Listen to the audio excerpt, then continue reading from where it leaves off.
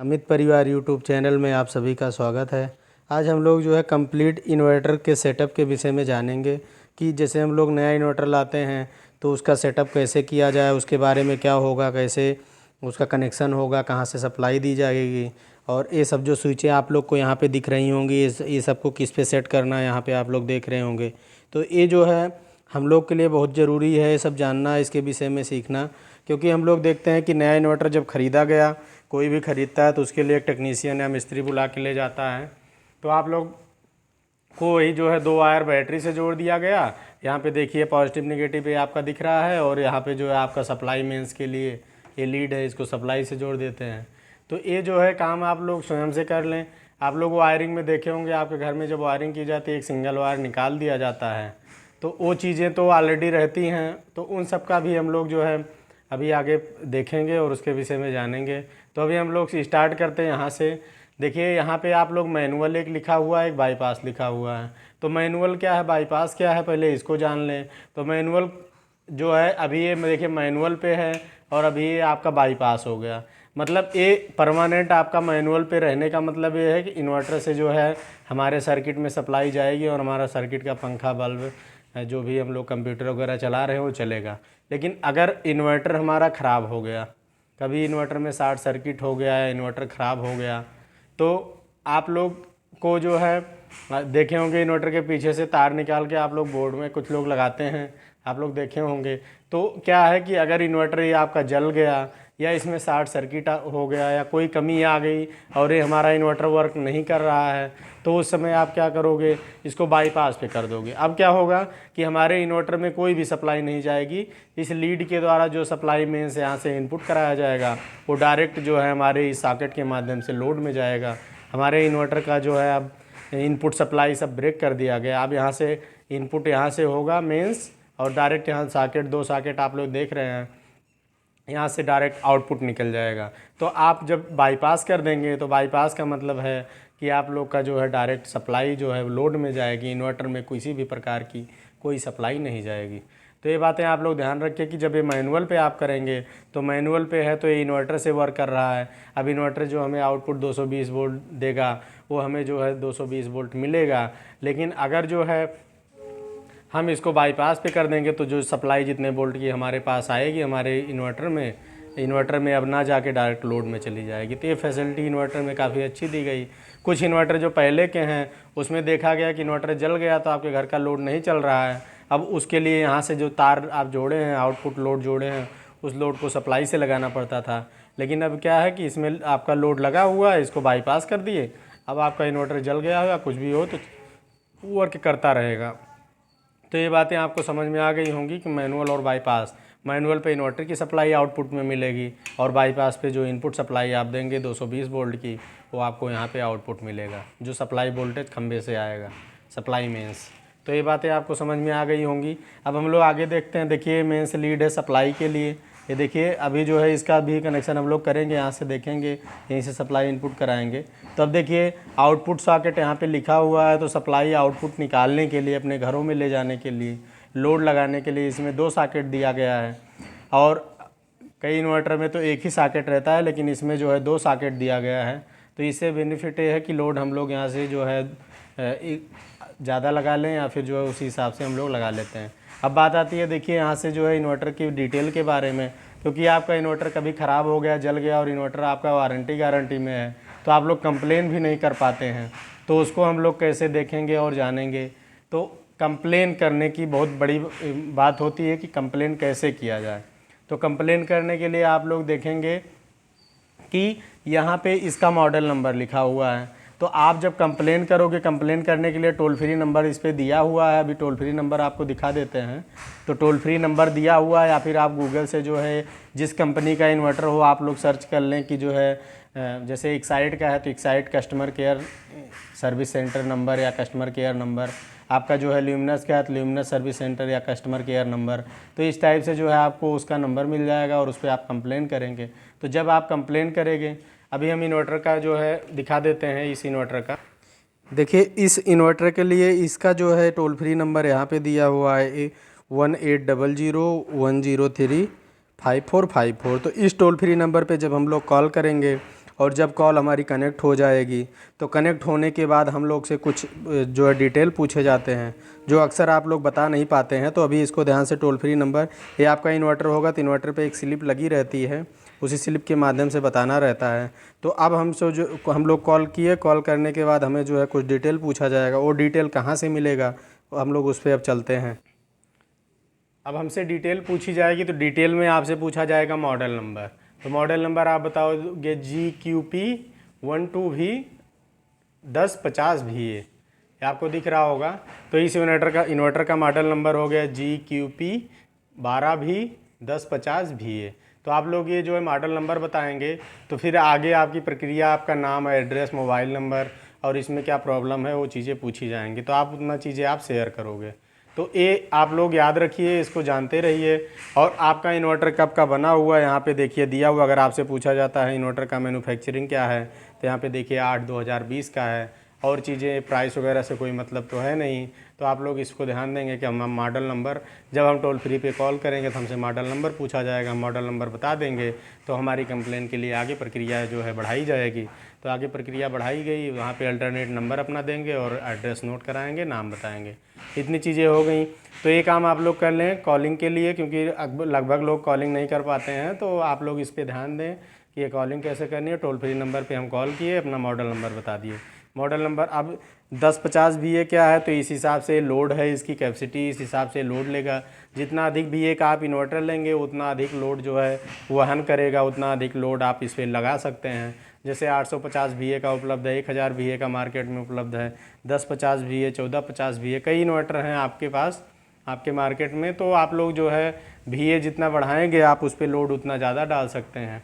अब हम लोग आते हैं यहाँ पे देखेंगे कुछ इसकी इन्वर्टर के बारे में कुछ डिटेल दी गई है, उस डिटेल को देख लेते हैं। अब देखेंगे हम लोग यहाँ पे देखिए इन्वर्टर की जो कैपेसिटी दी गई है आप लोग का 1050VA आप लिख 800 जो है 40 वाट। तो 840 वाट जो है इसकी कैपेसिटी है, क्षमता है। इनपुट वोल्टेज जो ले रहा है आप यहाँ पे देख लें इनपुट वोल्टेज। तो यहाँ पे अभी तो ये 1050VA और 840 वाट देखे। अब इनपुट वोल्टेज जो है इसमें इनपुट वोल्टेज दिया जाएगा 220 वोल्ट AC लेगा, 50 हर्ट्ज फ्रीक्वेंसी और सिंगल फेस की सप्लाई इसमें दिया जाएगा। और इनपुट करंट जो होगी 8 एम्पियर की धारा होगी मैक्सिमम, मतलब अधिकतम जो है 8 एम्पियर की धारा जो है इनपुट होगा इसमें। आउटपुट वोल्टेज हमारा जो है 220 वोल्ट मिलेगा, प्लस माइनस जो होगा मतलब कम और ज़्यादा होगा वो प्लस माइनस 7 वोल्ट होगा। तो AC होगा जो भी मिलेगा हमें आउटपुट में वो 220 वोल्ट प्लस माइनस 7, इसका मतलब 7 प्लस भी हो सकता है 7 माइनस भी हो सकता है। तो यहाँ से जो है आप यहाँ का वोल्टेज आउटपुट हो गया हमें मिल गया और ये 50 हर्ट्ज जो है फ्रीक्वेंसी के साथ हमें जो है सिंगल फेस की सप्लाई देगा।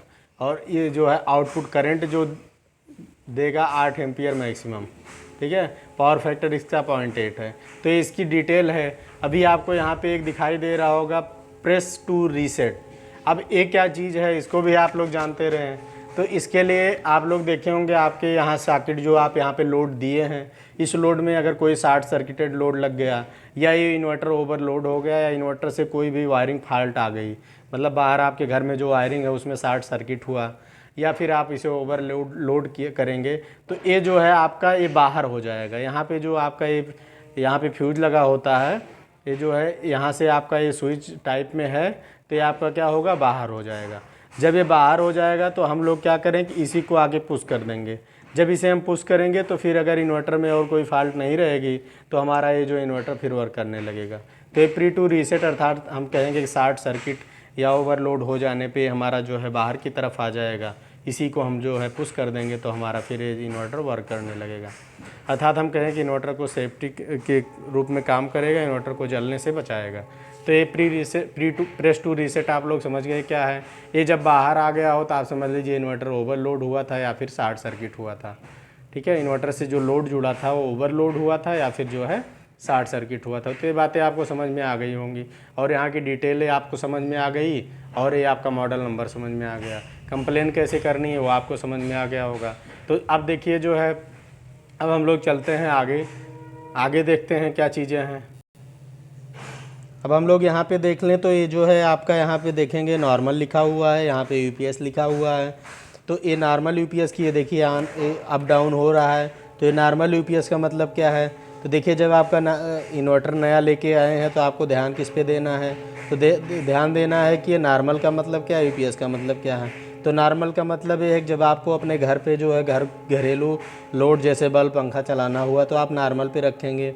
यदि आप इसी इन्वर्टर से जो है कंप्यूटर और लैपटॉप इस टाइप से जो है काफ़ी ऐसी चीज़ें चलाना चाह रहे हैं कि जो है आबादित मतलब शक्ति जो है सप्लाई उसकी बंद ना हो, तो इसे यूपीएस मोड पे कर दें।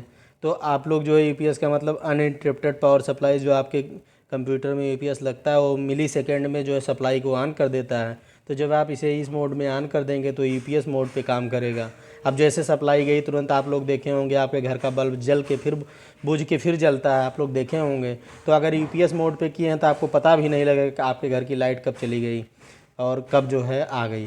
तो यूपीएस मोड पे रखने से यही फ़ायदा है कि सप्लाई मिली सेकेंड में ऑन कर देता है, और नॉर्मल पे रखेंगे तो जो है कुछ सेकेंड कम ही लगते हैं, लेकिन जो है आपको लाइट जली बुझी इसका पता लग जाएगा। उतनी देर में हमारा कंप्यूटर या जो है इलेक्ट्रॉनिक कोई भी डिवाइस, इंपॉर्टेंट डिवाइस है, वो जो है वर्क नहीं करे, मतलब बंद हो जाएगी, फिर उसे हमें ऑन करना पड़ेगा। लेकिन यूपीएस पे करेंगे तुरंत हमें जो है हमारा जो है कंप्यूटर सप्लाई जो है तुरंत पा जाएगा और कंप्यूटर बंद नहीं होगा। तो हम लोग ज़्यादातर अगर घरेलू के रूप में उपयोग करेंगे तो नॉर्मल पे, और अगर कंप्यूटर के लिए उपयोग करेंगे, कंप्यूटर लैब में लगाएंगे इसको, तो यूपीएस मोड पे करेंगे।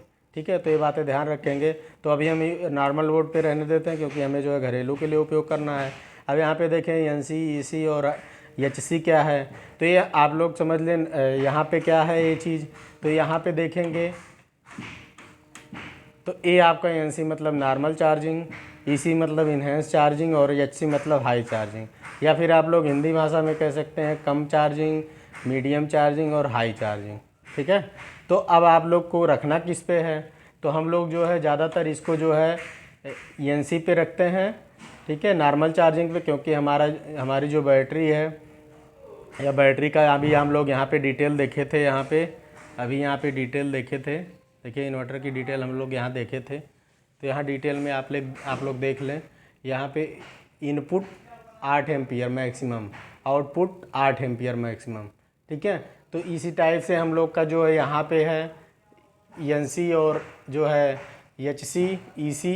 तो इन चीज़ों को देखेंगे तो यहाँ पे देखें तो एनसी में 8 एम्पियर की लगभग धारा जाती है हमारी बैटरी में, और ईसी में लगभग 11 एम्पियर की धारा जाती है, और एचसी में लगभग 13 या 14 एम्पियर की धारा जाती है। 13 एम्पियर की धारा जाती है। तो हम लोग जो है अब 6 वोल्ट की बैटरी का एम्पियर जो रखा जाता है आप लोग जानते हैं, 6 एम्पियर के लगभग रखा जाता है। तो वही जो है उसी के नियर अबाउट इसको जो है 8 एम्पियर यहाँ पे दिया जाता है। तो हमारी बैटरी जो है 8 एम्पियर से चार्ज होगी। अब यहाँ पे देखिए बैटरी को चार्ज करने के लिए यहाँ पे बैटरी का प्लस, बैटरी से धारा लेने के लिए और धारा देने के लिए यहाँ पे प्लस पॉइंट है और माइनस पॉइंट है। अभी हम लोग इसको जोड़ते हैं बैटरी के टर्मिनल से, तो ये चीज़ें आपको समझ में आ गई होंगी। यहाँ पे हमारा एग्जॉस्ट फैन है, यहाँ पे देख लीजिए एग्जॉस्ट फैन अंदर की जो ऊष्मा होगी, टेम्परेचर होगा, उसको बाहर निकालेगा, जिससे हमारे अंदर की जो है ट्रांसफार्मर और इलेक्ट्रॉनिक सर्किट सारी चीज़ें जो है कूल रहेंगी। तो इतनी चीज़ें हम लोग देख लिए। अब आगे चलिए देखते हैं। अभी हम लोग इतनी चीज़ों के विषय में देख लिए। अब देखिए यहाँ से जो बैटरी के लिए वायर निकला हुआ है, एक रेड वायर निकला हुआ है और हमारा एक जो है ब्लैक वायर निकला हुआ है। और सप्लाई के लिए यहाँ पे देखिए इसे जो है हमारी मेन सप्लाई का लीड है, इसको जो है हम लोग सप्लाई से जोड़ देंगे। तो अब हम जो है सबसे पहले इस टर्मिनल को जो है बैटरी से कैसे जोड़ेंगे तो उसको देख लेते हैं। तो देखिए जो लीड निकली हुई है, हमारी लीड आई हुई है, इसको बैटरी से कैसे जोड़ना है। तो आप लोग पहले से ही जानते हैं कि लाल जो है प्लस या फेस के लिए और ब्लैक जो है न्यूट्रल या माइनस के लिए यूज किया जाता है। तो हम लोग यहाँ से इसको जो है ओपन करके यहाँ पे देखेंगे, यहाँ पे नट बोल्ट पहले से दिया हुआ है। तो इस नट बोल्ट को हम लोग खोल लेते हैं, तो इसमें लगा हुआ है। अगर आप लोग एकदम नया लेके आएंगे तो उसमें जो है बॉक्स में रखा रहेगा। तो इसको जो है यहाँ से निकाल लेते हैं। और एक चीज़ आप लोग ध्यान देंगे कि जब तक इन्वर्टर के इस प्लस और माइनस को बैटरी से ना जोड़ दें आप लोग, तब तक जो है आप लोग इसको सप्लाई से नहीं जोड़ेंगे। सप्लाई का मतलब जो आपकी इलेक्ट्रिक है उससे जो है मेंस जो है इसको हम लोग सप्लाई से नहीं कनेक्ट करेंगे, अन्यथा आपका मॉसफेट जल जाएगा और इन्वर्टर आपका ख़राब हो जाएगा, फिर हमें जो है उसे रिपेयर करवाना पड़ेगा। तो हम जो है नट बोल्ट अलग कर लिए। अभी इसको जो है माइनस में जोड़ेंगे बैटरी के, यहाँ से देखें दिख रहा होगा, अभी ये बैटरी के माइनस में जुड़ेगा। ठीक है, और ये रेड वाला हमारा बैटरी के प्लस में। तो इसको भी यहाँ से ओपन कर लेते हैं।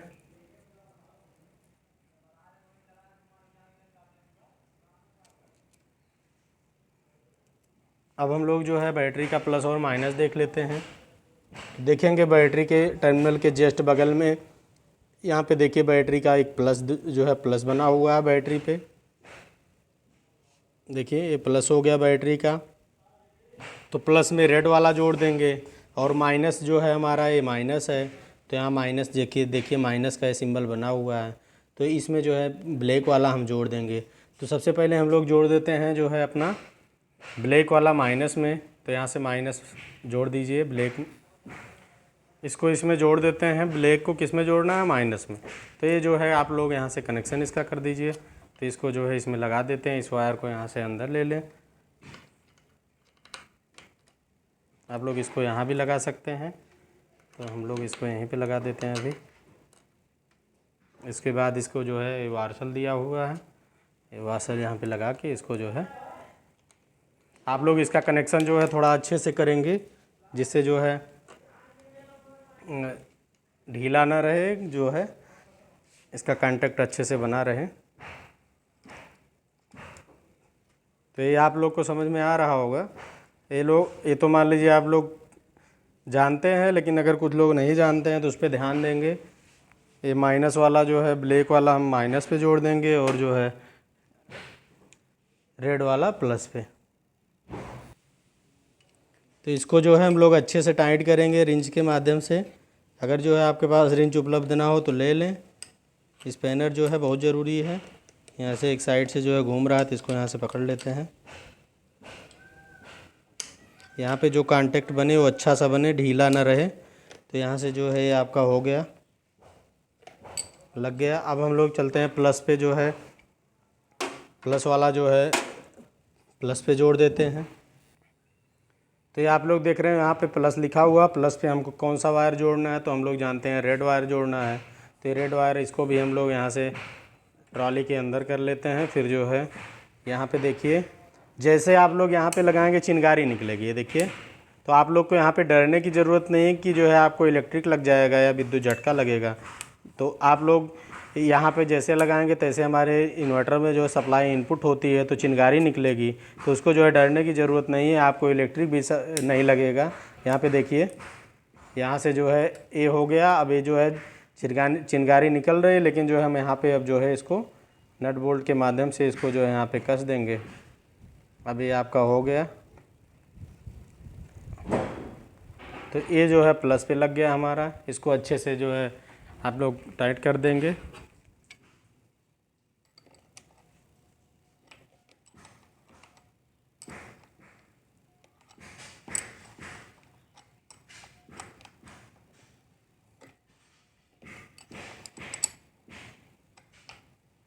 तो ये काम हो जाएगा हम लोग का। इन्वर्टर का जो है सप्लाई जो बैटरी से जोड़ना था, एक को इनपुट इन्वर्टर से जो है प्लस पे एक जोड़ दिए, एक जो है माइनस। अब हमारा जो है प्लस और माइनस जुड़ के तैयार हो गया। अब हम लोग जो है आगे देखते हैं इसको सप्लाई से जोड़ने के लिए। अब आप लोग देखेंगे तो हमारा जो है प्लस और माइनस बैटरी से जुड़ गया और इन्वर्टर से जो देखेंगे तो इन्वर्टर में देखिए यहाँ पे अभी इन्वर्टर ऑन है। इसको अभी हम बंद कर देते हैं यहाँ से। तो देखिए यहाँ पे डिस्प्ले पे लाइट आ गई, डिजिटल इन्वर्टर है।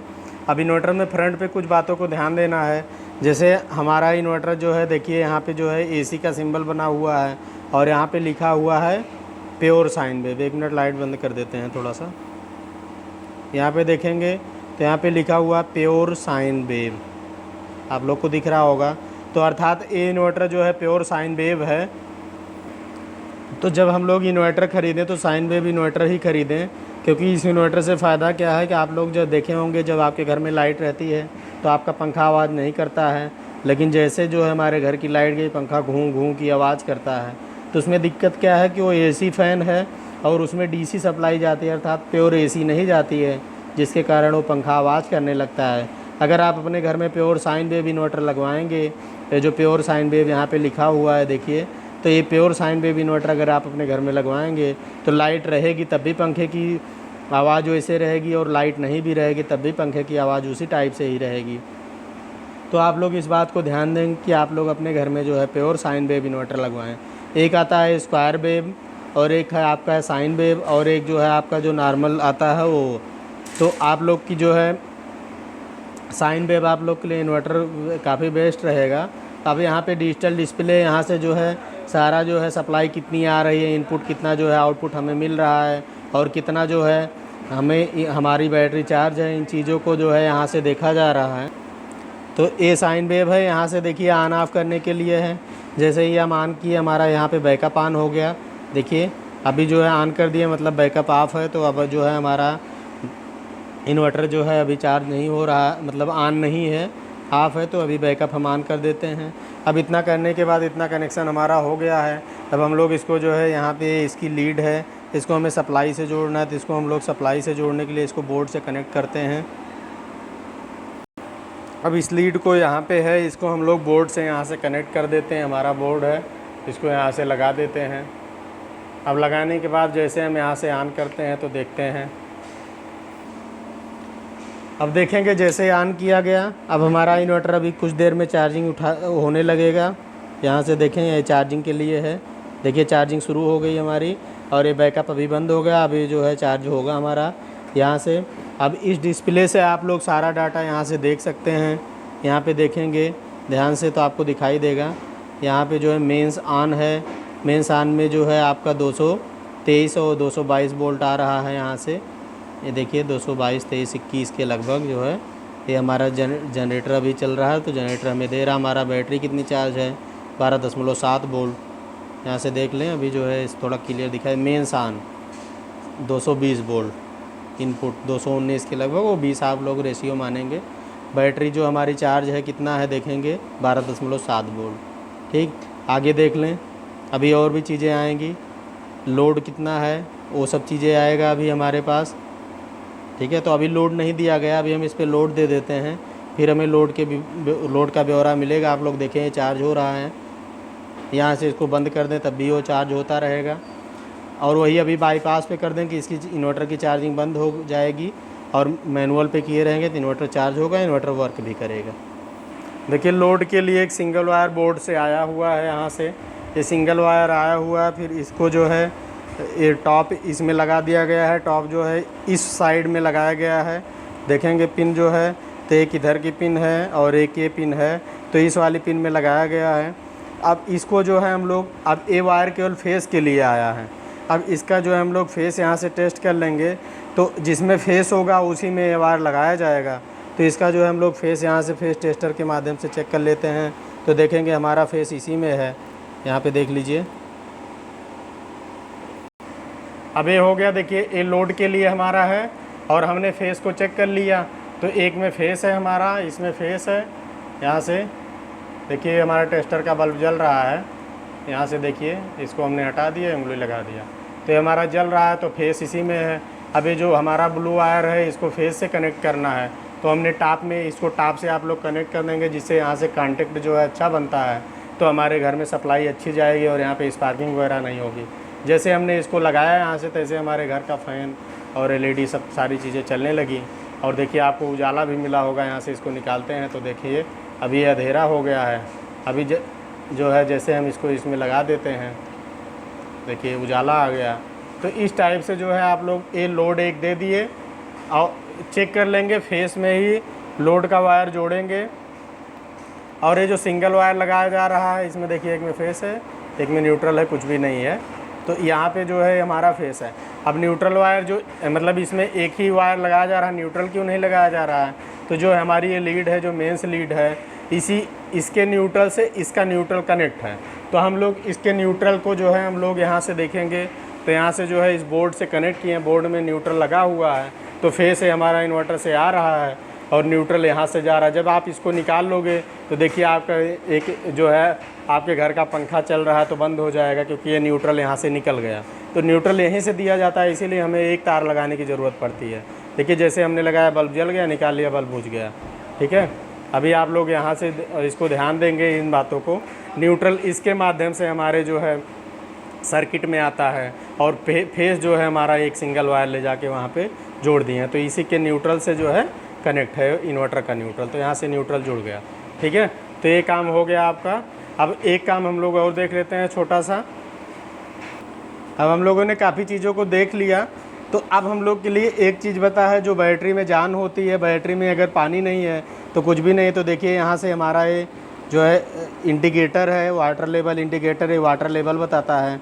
तो देखिए फ्लोट टाइप में तैरता है पानी में। तो जब हमारे इन्वर्टर की बैटरी का पानी कम हो जाएगा तो देखिए धीरे धीरे आपका जो है नीचे चला जाएगा, ऐसे इसमें जो पानी भरा हुआ है। और जब पानी ऊपर रहेगा तो ये देखिए नीचे ऊपर हो रहा है ना। तो यहाँ से आप लोग देखेंगे तो इसको जब हम लगा रहे हैं तो ये पानी है अभी इसमें भरा हुआ है, तो ये हमारा ऊपर की ओर है इंडिकेटर, यहाँ पे ऊपर की ओर है। तो जैसे जैसे इस बैटरी का पानी कम होगा वैसे वैसे इंडिकेटर हमारा नीचे की ओर आ जाएगा और हमें पता हो जाएगा कि हमारी बैटरी का पानी लगभग समाप्त हो चुका है। तो आप लोग देखिए सभी में इंडिकेटर 6 सेल हैं, 6 सेल में इंडिकेटर लगा हुआ है। तो आपका अगर इतना बच जाए या यहाँ से जो निशान बना हुआ अगर आपका यहाँ से नीचे आ जाए तो आप लोग जो है तुरंत इस इन्वर्टर की बैटरी में जो पानी डाल दें। आप लोग को पानी मार्केट से मिल जाता है। तो इस बात को आप लोग ध्यान रखें, आधा हो जाए तब भी आप लोग जो है डाल दें। अगर एकदम नीचे आपका नहीं जाना चाहिए, इस स्तर के नीचे आपका पानी नहीं होना चाहिए, क्योंकि बिना इलेक्ट्रोलाइट जो घोल होता है उस घोल के आपका बैटरी वर्क नहीं करेगा, और घोल नहीं रहेगा तो बैटरी का बैकअप भी नहीं मिलेगा। तो इस टाइप से जो है, तो आप लोग इंडिकेटर देख लिए। आज के लिए जो है इतना ही। हम लोग अब अगली क्लास में कुछ नया सीखेंगे। तब तक के लिए आप लोग वीडियो को देखते रहें और जो है समझते रहें। धन्यवाद।